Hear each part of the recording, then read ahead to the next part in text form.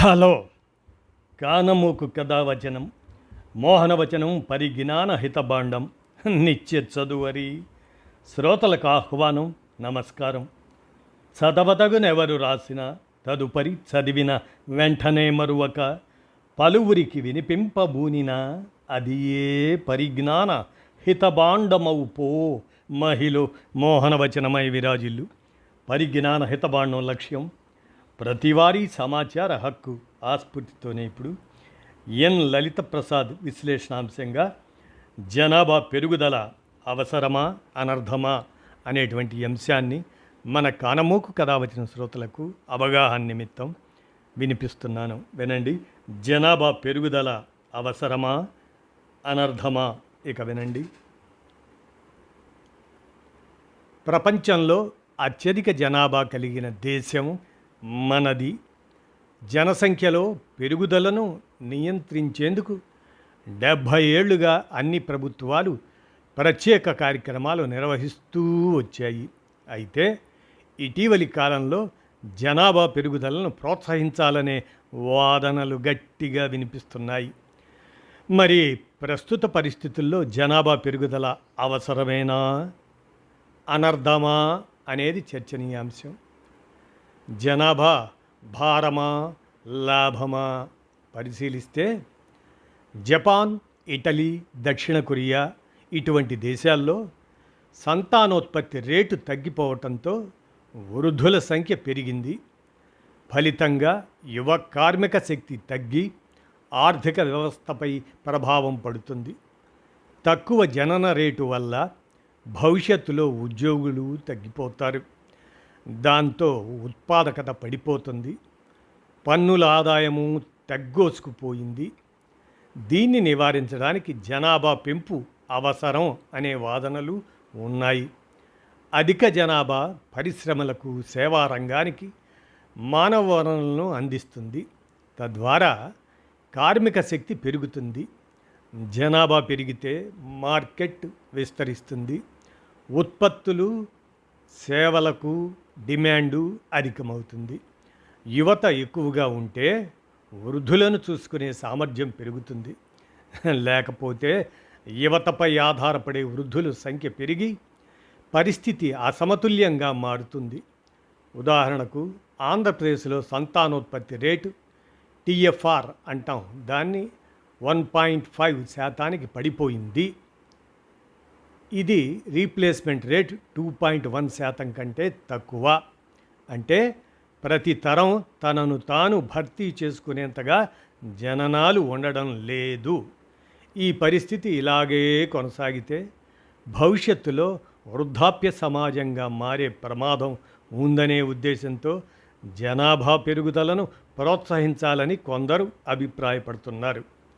జనాభా తగ్గుదల వల్ల కలిగే నష్టాన్ని నివారించాలన్న ఉద్దేశం ఇందులో కనిపిస్తుంది.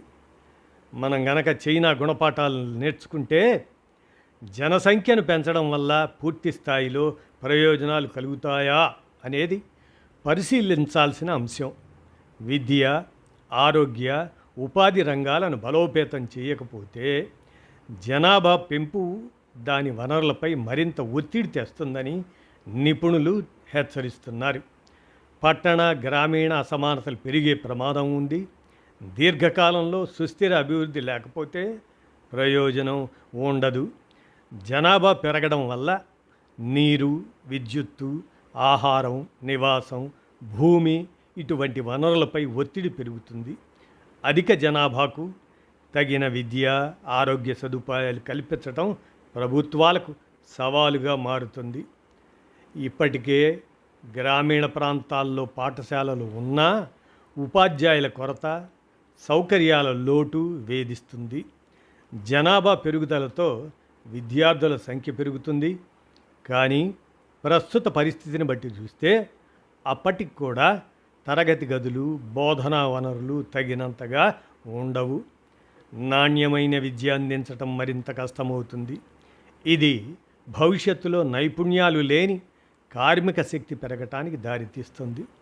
నేడు గ్రామీణ ప్రాంతాల్లో ప్రాథమిక ఆరోగ్య కేంద్రాలు ఉన్నప్పటికీ వైద్యులు, నర్సులు, ఔషధాలు, పరికరాలకు కొరత వేధిస్తుంది.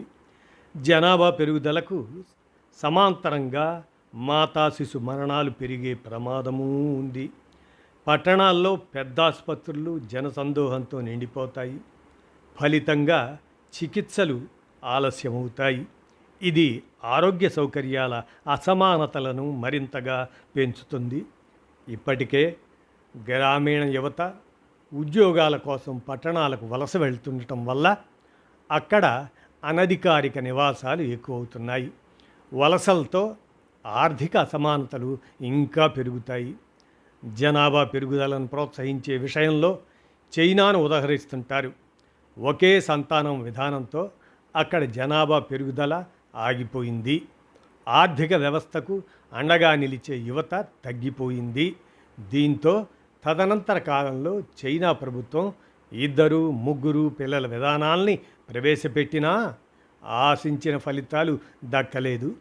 ప్రజలు ఎక్కువ మందిని కనడానికి ఆసక్తి చూపడం లేదు. ఈ క్రమంలో చైనా అనుభవాల్ని గుణపాఠంలా భావించాలి. జనాభా పెంపుదలను ప్రోత్సహించడం అనేది దేనికి సమగ్ర పరిష్కారం కాదు.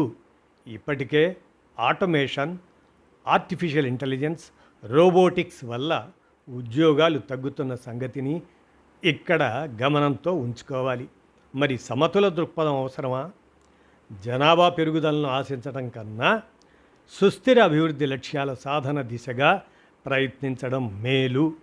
సమతుల అభివృద్ధి, వనరుల సమర్థ వినియోగం, వసతులు, గ్రామీణ ప్రాంతాల బలోపేతంపై దృష్టి పెట్టడం వల్ల సమాజానికి నిజమైన మేలు కలుగుతుంది.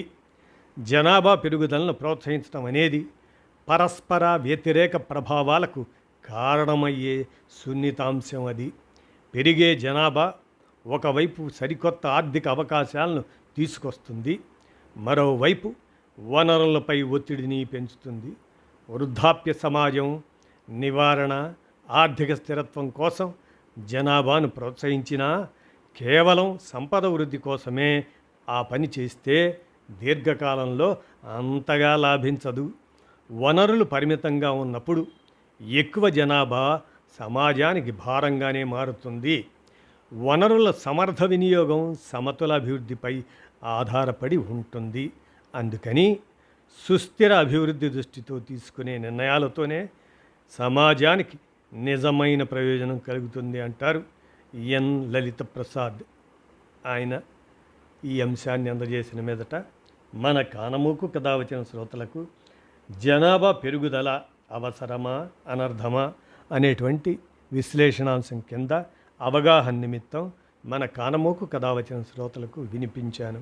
విన్నారుగా, ధన్యవాదాలు.